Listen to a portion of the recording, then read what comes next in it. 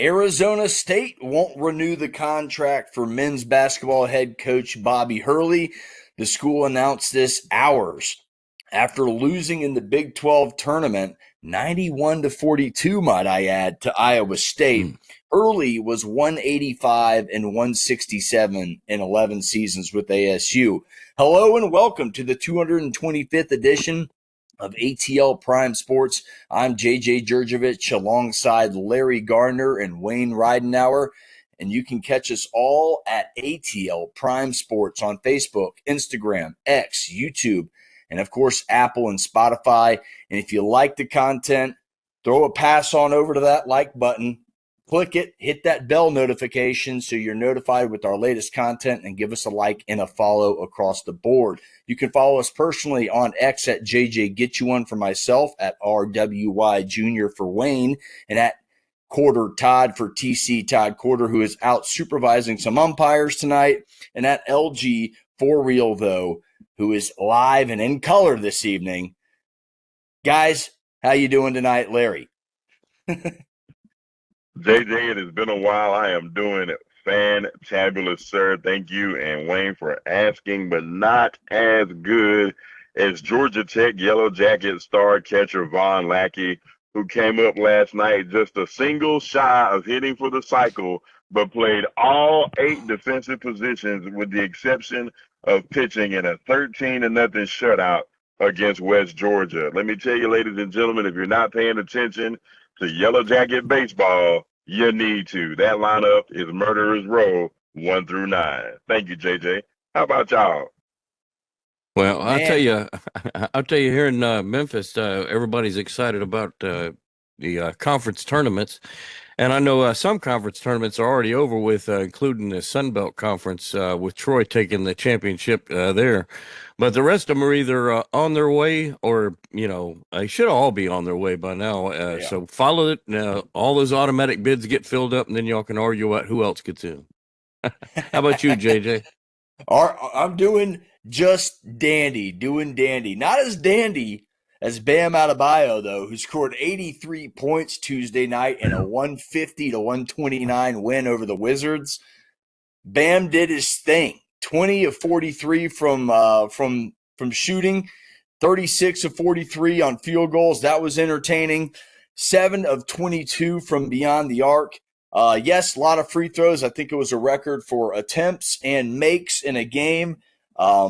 Is it a little far-fetched the end of the game, how they got those points? Sure, but doesn't take away from the feat whatsoever. It's still surpassing Kobe Bryant for second most points in an NBA game ever. I thought that was absolutely awesome and fun to watch. Like I said, opinions on the last couple minutes of how he got there, don't really like that. I wish it was a little bit more natural. I don't mind them force-feeding the ball to him, but the fouling – that was a little questionable. That's more like a final thought, but I did it because it was so epic. What an epic random Tuesday night in March in sports history.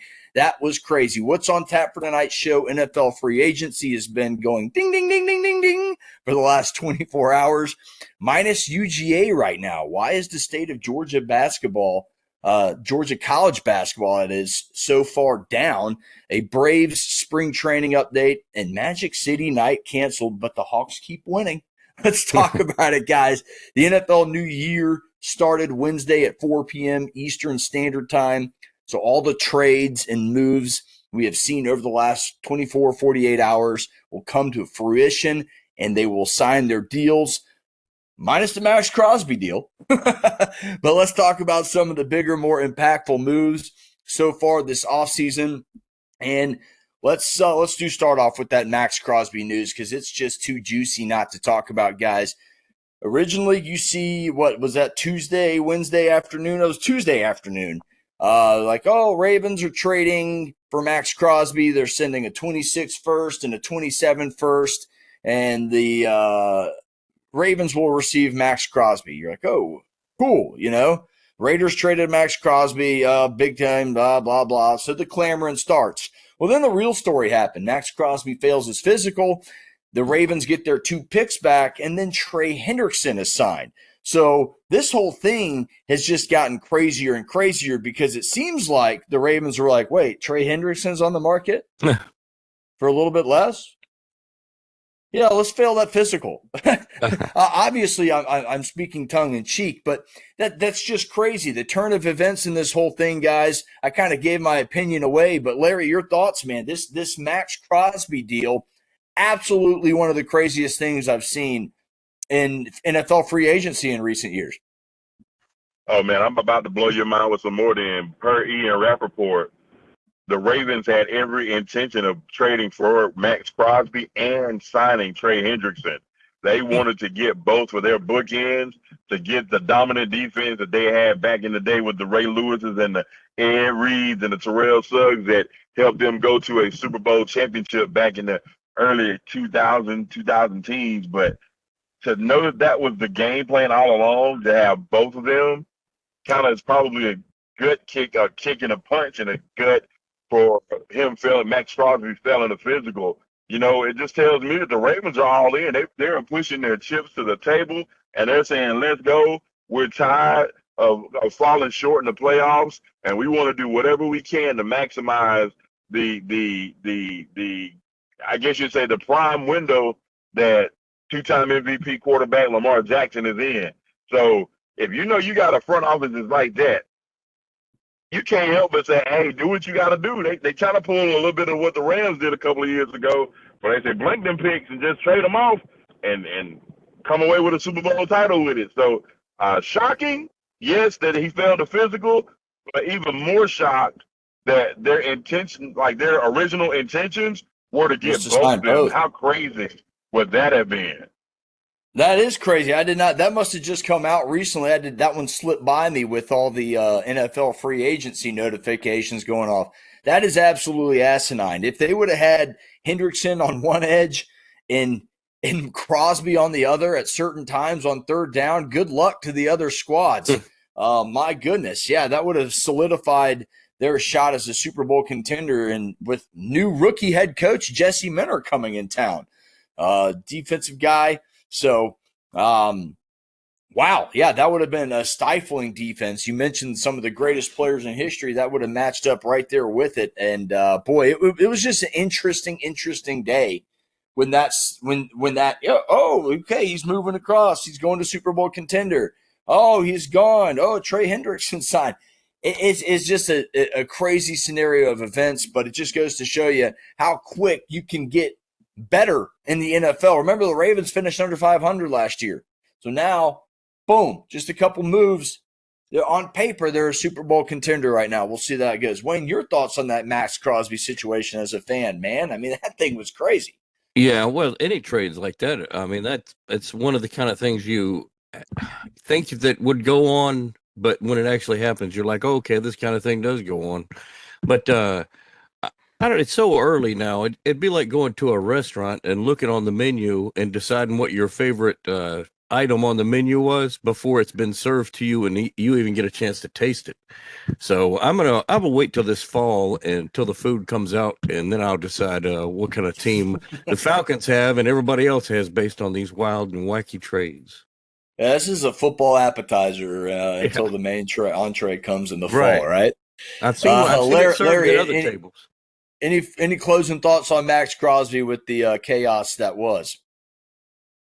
No, I think it's just the opening to the free agency carousel, and I think it is going to be, it's always a team or two that kind of sets the table to show how aggressive they are in their pursuit of an NFL title and a Super Bowl championship. And Baltimore is setting the league on notice. Listen, let me tell y'all something. We feel like we've got one of the best quarterbacks in the league. We feel like Derrick Henry still got something left in the gas tank. We do not want to lose sight with the rest of that the rest of that AFC North going to be weak. Cleveland's going to be down. Pittsburgh's going to be down. They want to take advantage while they can, because Cincinnati's probably going to be down now. And to beat a man, you got to beat the man. And I know that every move that they're making, they're looking up the road a little bit toward the people at the Canadian border in Buffalo, knowing that, hey, if we're going to get to where we need to get to, Buffalo and New England are the teams that we're going to have to really look forward to making sure that we've got the defense to be able to beat. Yeah, and they're going to pair Trey Hendrickson with that already potent Roquan Smith, who gets to the quarterback pretty well for a linebacker. So very interesting. But you mentioned that teams have been aggressive. Look no farther. Got the hat on. We're going to be talking about it. They made quite a bit of moves. 9 so far by my count. I might have missed a move or two in there. We're going to talk about just about all of them.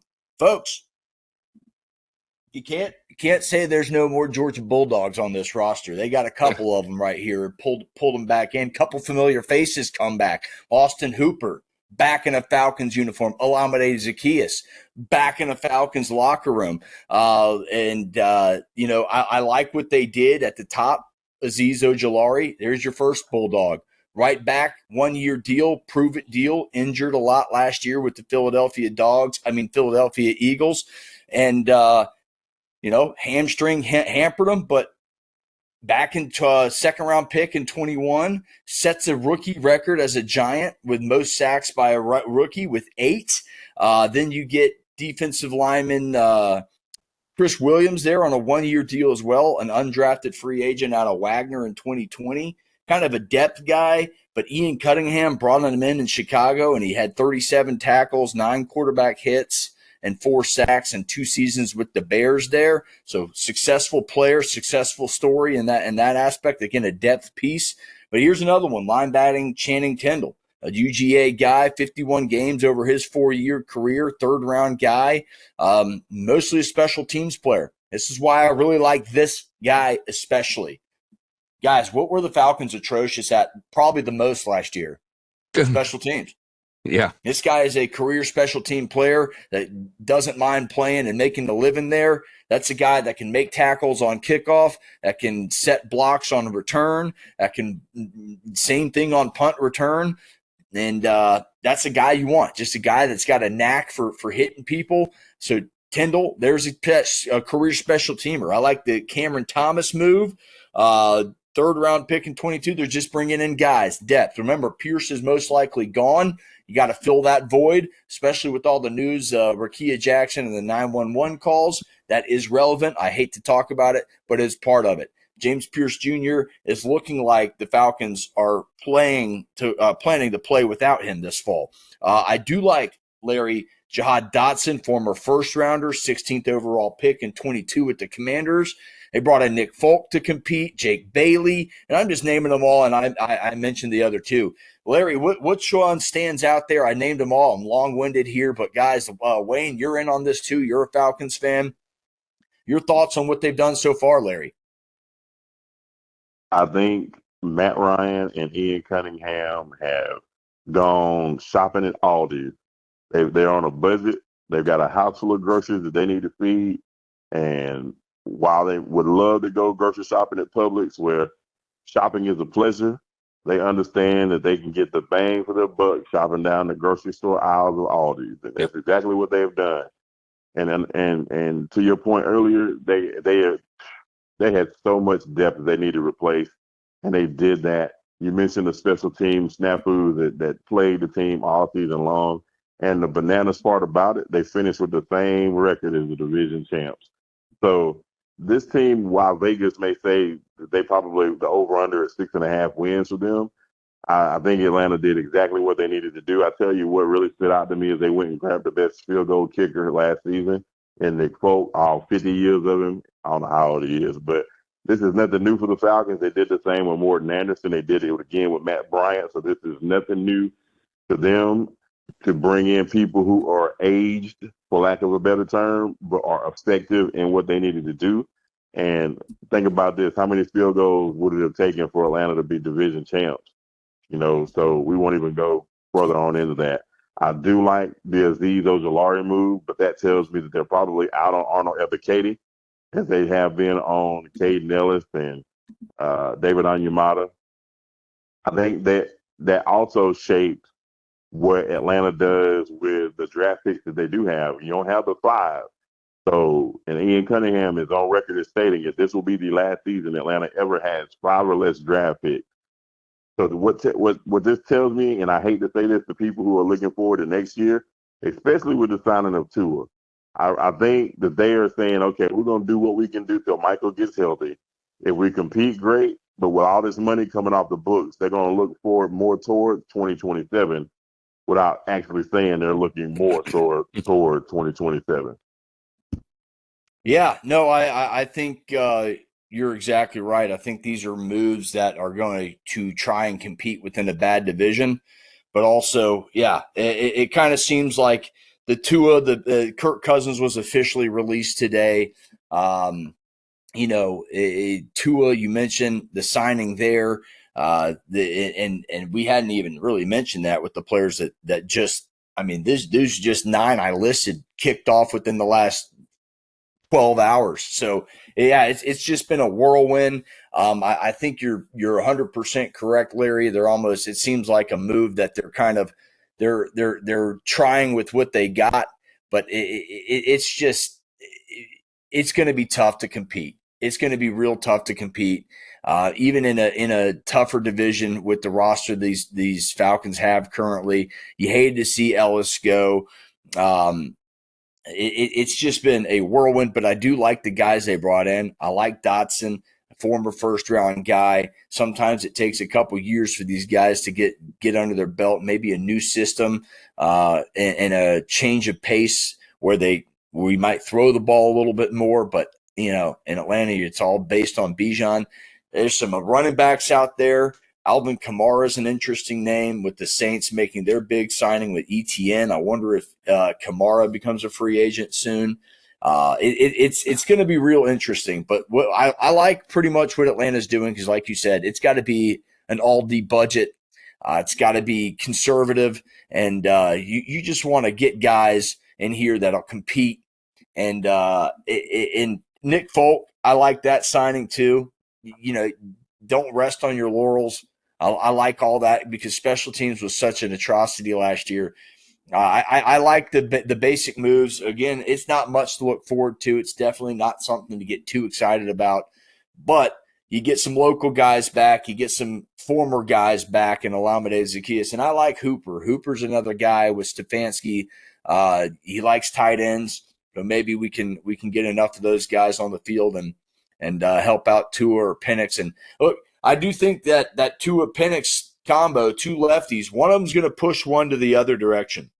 So I think it'll work out. I think one of these guys is going to resurrect their career, whether it's Penix, who, steps up to what he was drafted at, or if it's Tua resurrecting its career. I think one of them is going to push the other out. So, Wayne, your thoughts on what the Falcons have done so far with free agency?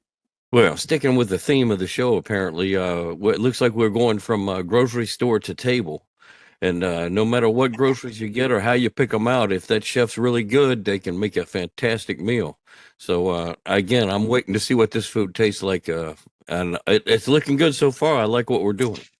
That's a pretty good point, Wayne. It's a pretty good point. Kevin Stefanski in a weak division.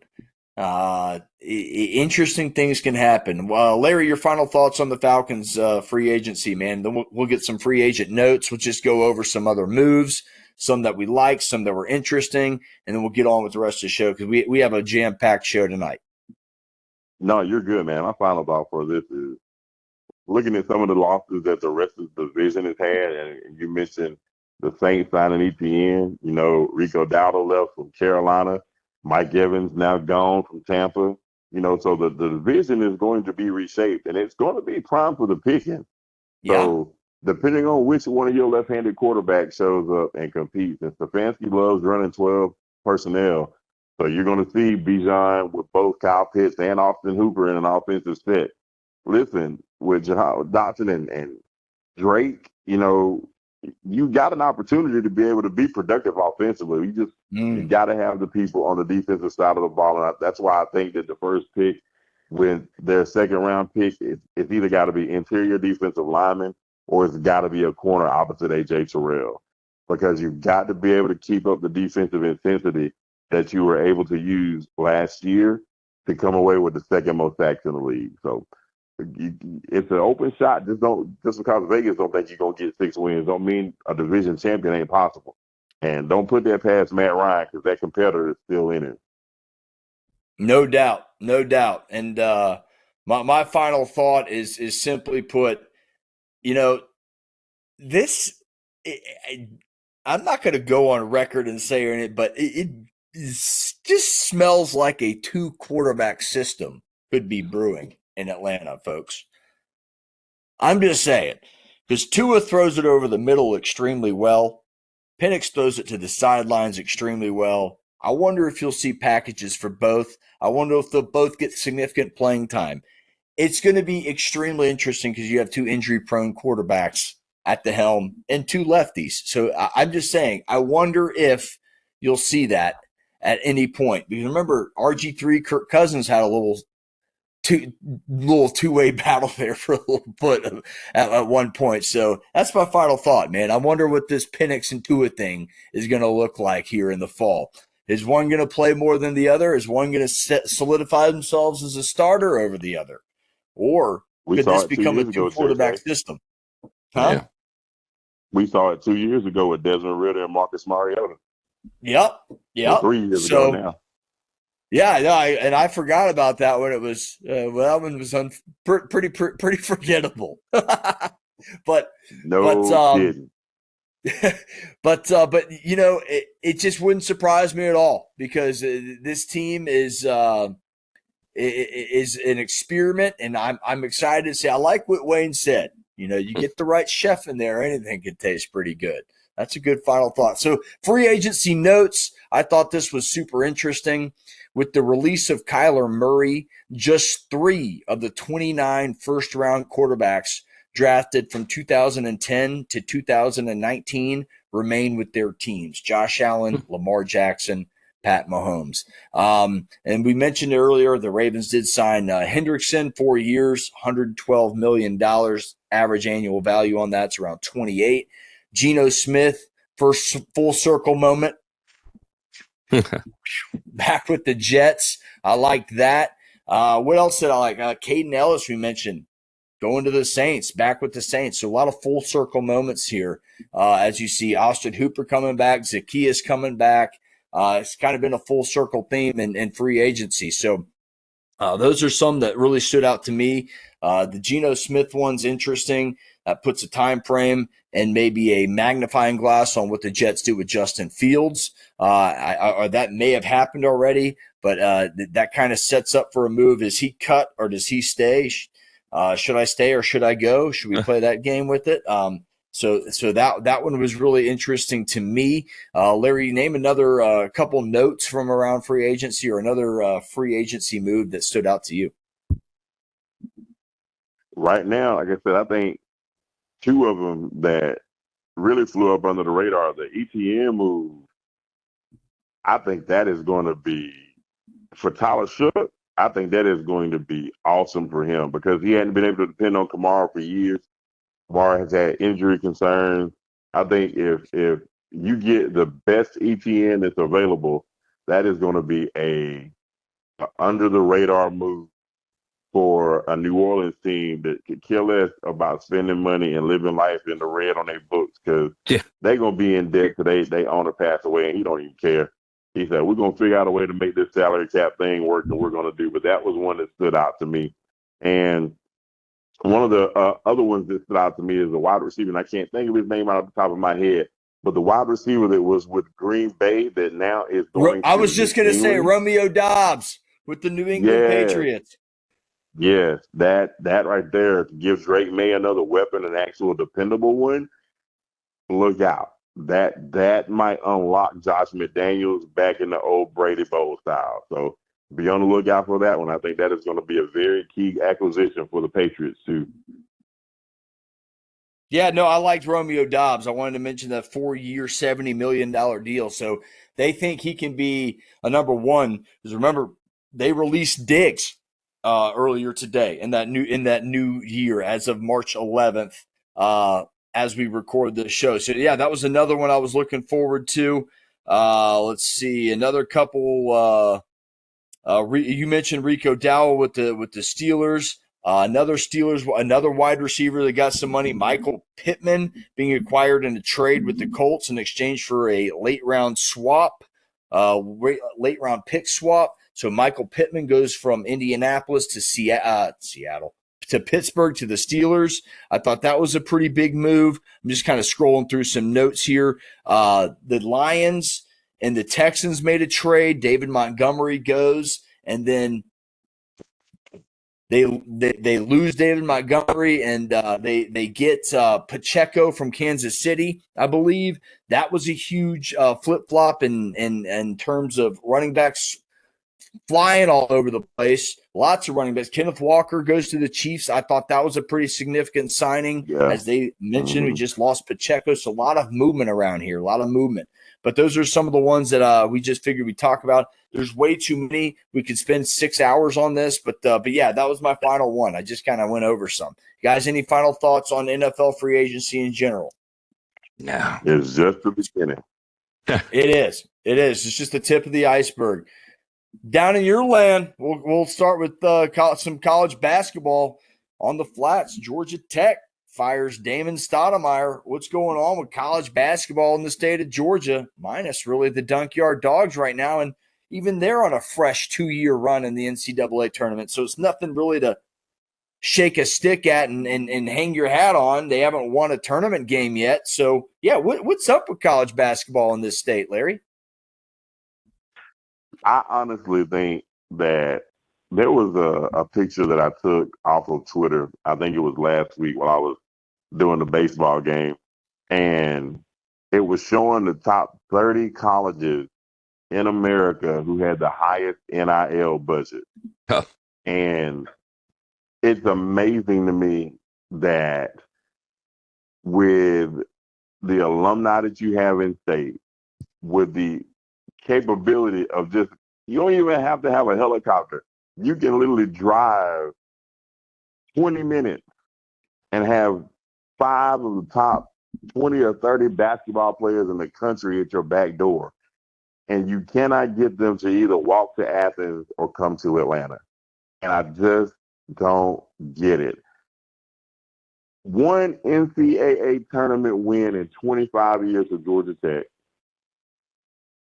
I think the last tournament win or either tournament appearance for the Bulldogs was the year that the Tornadoes ran through and ransacked the Georgia Dome. You know, I can't for the life of me figure out, with the exception of Anthony Edwards, why it's so difficult for these in-town coaches, these organizations, or whatever you want to call it. Why is it so difficult to keep your talent in state? They're going to Alabama. They're going to Auburn. They're going to Tennessee. They're going to Florida. Heck, you got 3 Georgia starters on Vandy's team that's probably one of the top 3 seeds in the SEC now. You know, and this is not like it's an easy school to get into. Vandy's one of the highest academic institutions in the nation.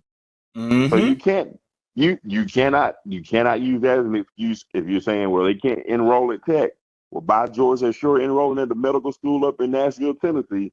So I don't understand. You got AAU circuits going all over the place. And I don't know if it's a fit. I don't know if it's culture where people are still trying to grab and obtain folks from overseas to bring in, because you look at some of the top 10 draft prospects that are going probably to enroll themselves into the NBA draft, and half of them are international prospects.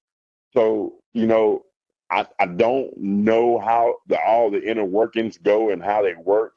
But what I can tell you is there is no way, shape, form, or fashion, Wayne, and you can attest to this because you've seen Penny Hardaway coach now for at least 3 years, and you see it up close and personal. You cannot make me understand, believe, or accept any logic where you should lose 12 ACC games in a row, point blank, period. Not in Atlanta. That is just beyond unacceptable. I could right now, take the best point guard from McEachern, the best shooting guard from Collins Hill, the best small forward from Grayson, the best power forward from Kell, and the best center is Cedar Grove, and even take a couple of bench players from Sandy Creek and beat what I've seen in Atlanta the last 4 or 5 years. You know, and that's just unacceptable. So I don't know, man. It's a problem, and I don't know why, because the talent's here, but they're just choosing to go elsewhere. I don't know why the basketball programs at Georgia or Georgia Tech are just not appealing to the in-state talent that we possess. I have no idea. Yeah, I don't either. It's very interesting. I know one comment comes to mind is Georgia Tech don't spend the money on basketball that they do on football and baseball and other sports. I don't know why. That's just been a rumor. But I mean, you look at players, Anthony Edwards, who did go to Georgia, obviously, but Dominique Wilkins' son Jake is currently on UGA's roster. So maybe the trend is starting to loop back around where Georgia can keep some of these players. But Jaylen Brown from Atlanta, Dwight Howard, obviously from Atlanta, Lou Williams from Atlanta, Norcross, Georgia, Lou Williams to be exact. You can cast a blanket 40 yards. Well, heck, really, you could 40 yards right outside Georgia Tech. You could probably find a bunch of pretty good high school basketball players within a couple miles walk of Georgia Tech that could play on that team. It's nuts the amount of talent that's around here. AAU, you see it all the way up to the NBA. Heck, there's probably guys I'm missing right now that are from Georgia that are in the NBA that I'm not even mentioning. And I know what Jody Meeks was one.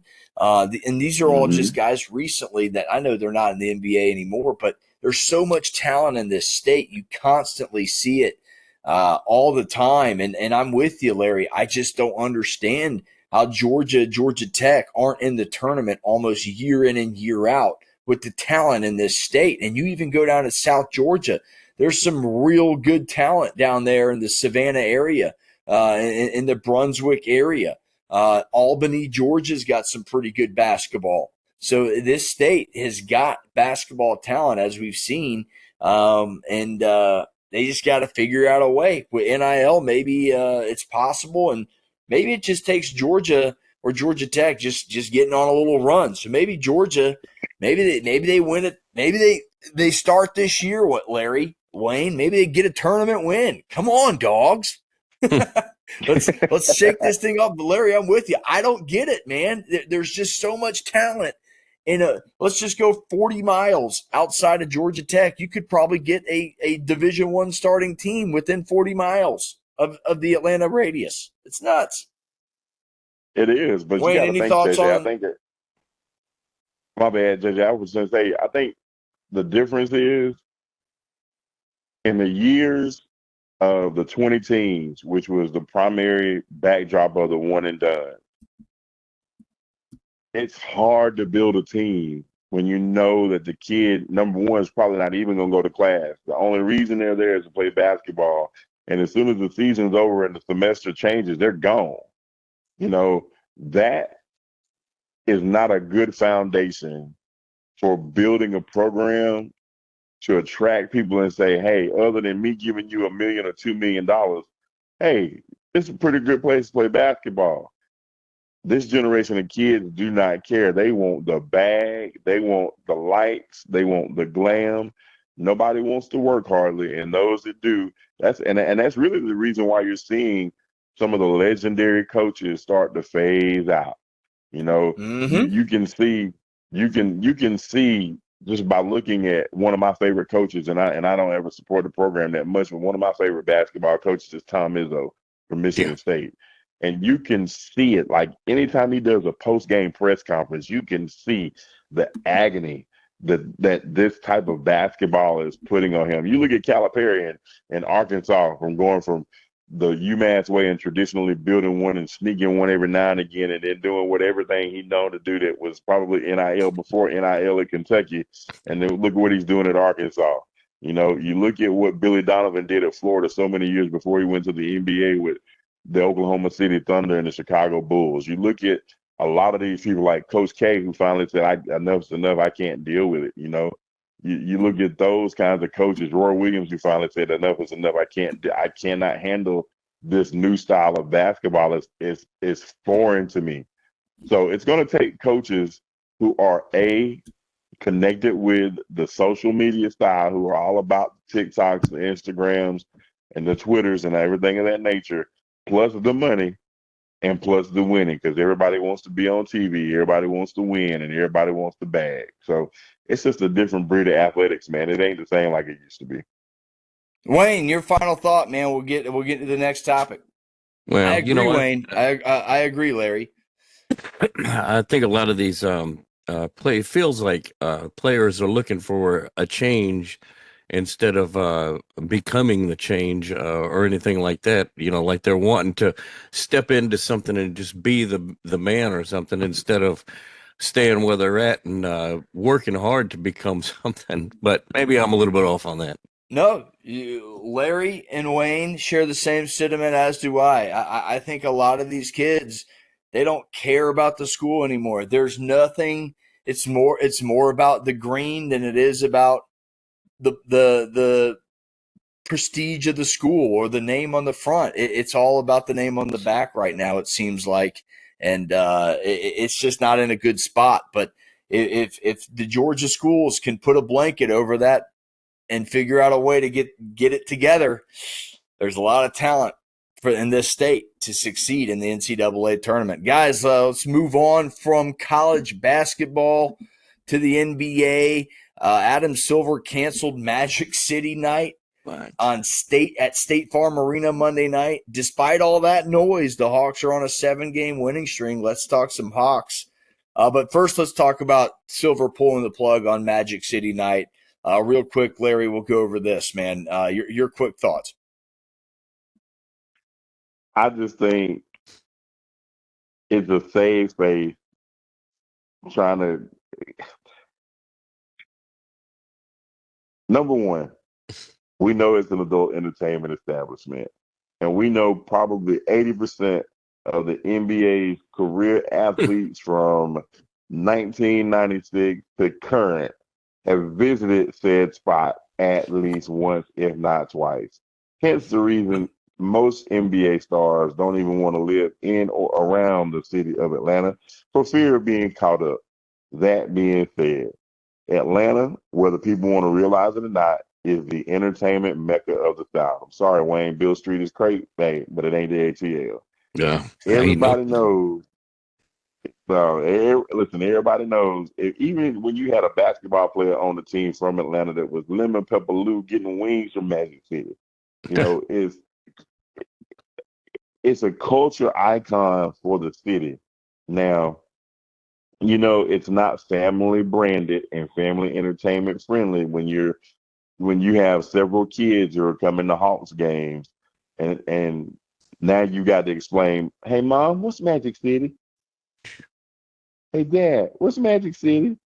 That's probably not the conversation that you want to have with little Johnny at 7 or 8 years old, wondering what's going on all over State Farm Arena. So I get it from a professional branding image type perspective. Not that I agree with it, but I get it.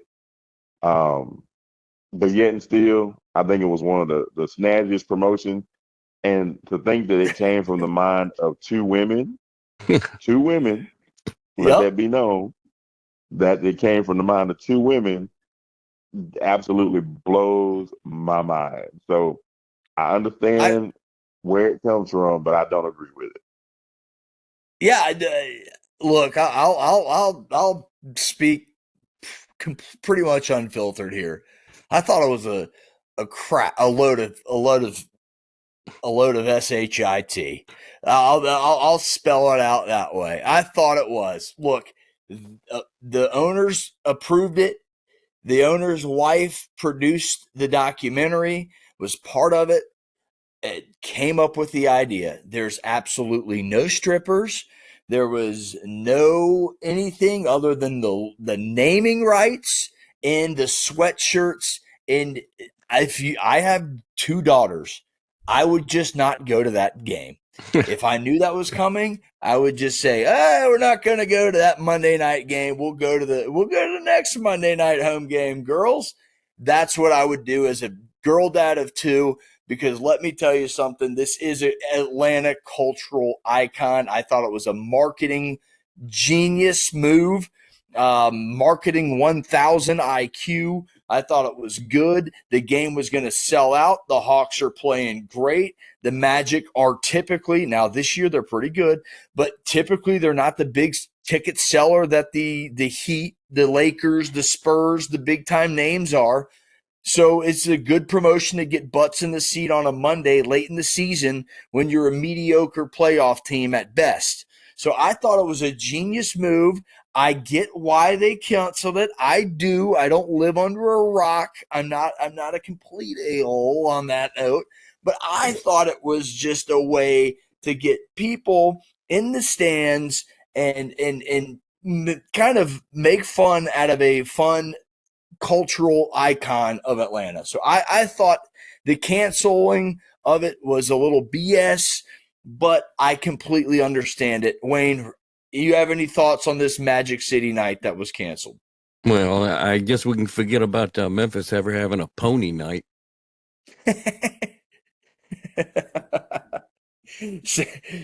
Same. Well, but despite all that, guys, the Hawks have won 7 in a row. They're fun to watch. Larry, they lead the league in assists, over 30 a game. They're averaging over 117 a night, playing a little bit better defense. Quinn's got these guys playing pretty good, man. It's they could possibly move up to an actual playoff team and not a play-in team, man. Your thoughts on this 7-game win streak? Well, you're beating teams that you should beat. The schedule is favorable for you. You're starting to get people in defined roles that are actually being successful in said roles.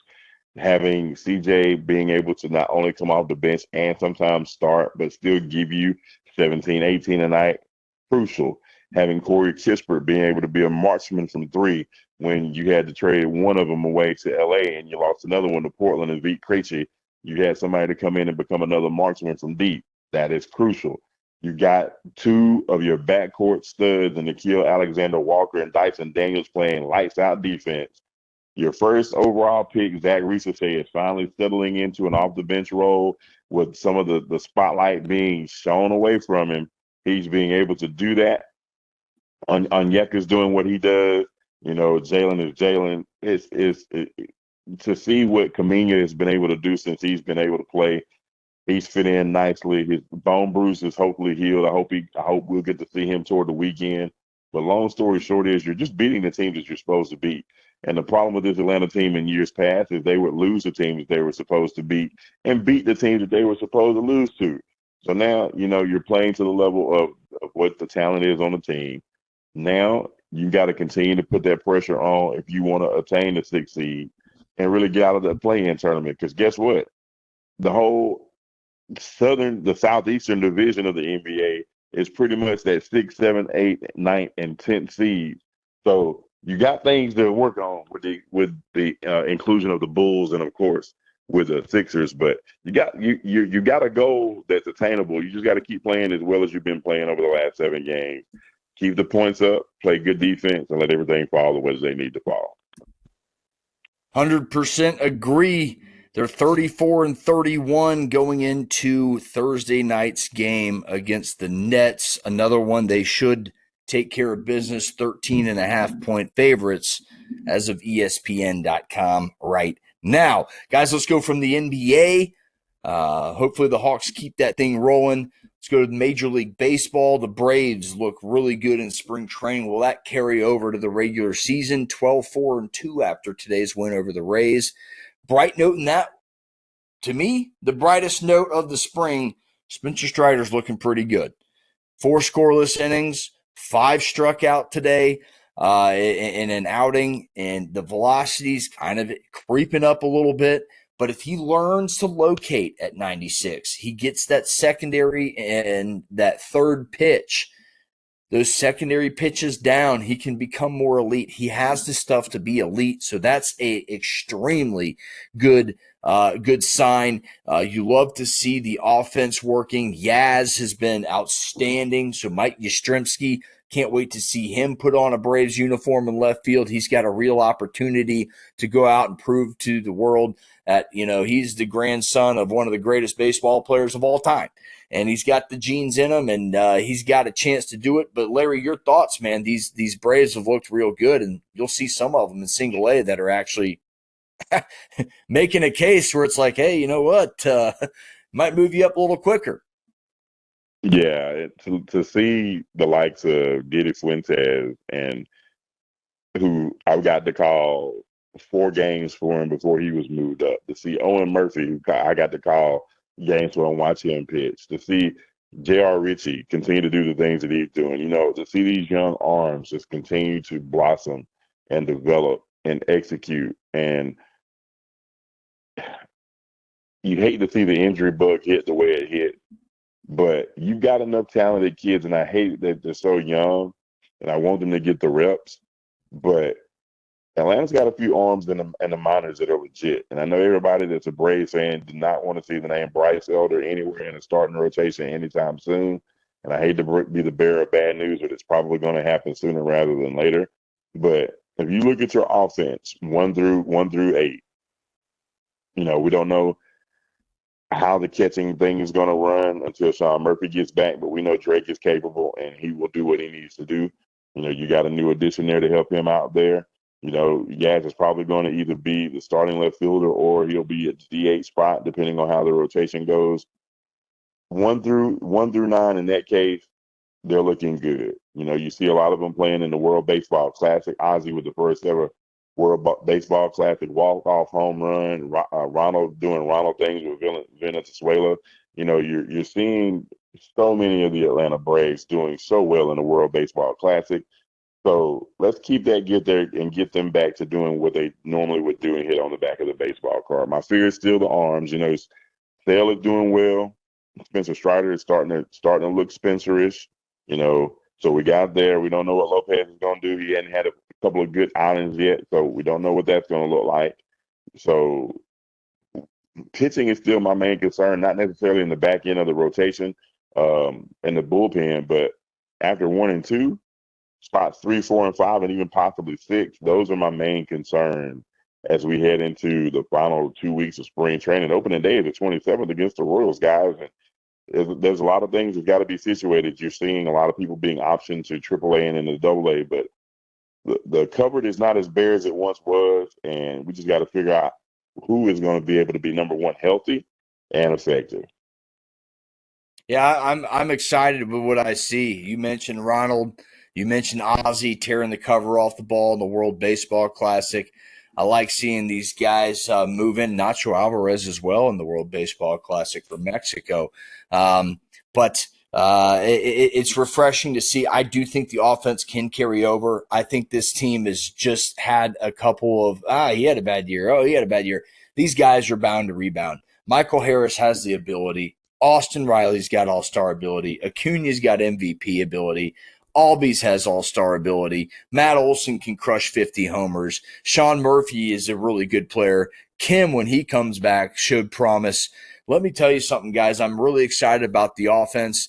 The pitching, I think, will come around. Everybody forgets the Braves drafted pitching for like 3 or 4 straight drafts. So they got a lot of those guys that are coming into fruition right now. The J.R. Ritchie, yes, Wentz went down. Joey Wentz in a collision and tore his ACL, and he's another guy out for the remainder of the year, it seems like.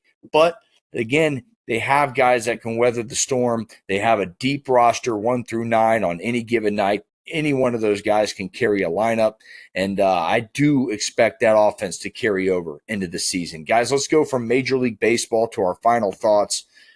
I'll start this final thought off because it's baseball related, and it has to do with Team USA and what former Brave and manager Mark DeRosa really didn't do. But he might have just made the biggest mistake ever as a baseball manager. USA was 3-0 going into their last pool play game versus Italy Tuesday night. And he went on a couple sports talk shows and he's like, yeah, since our tickets punched to the quarterfinals, he wasn't doing the shoulder shrug. I'm just kind of adding it in there for some fun.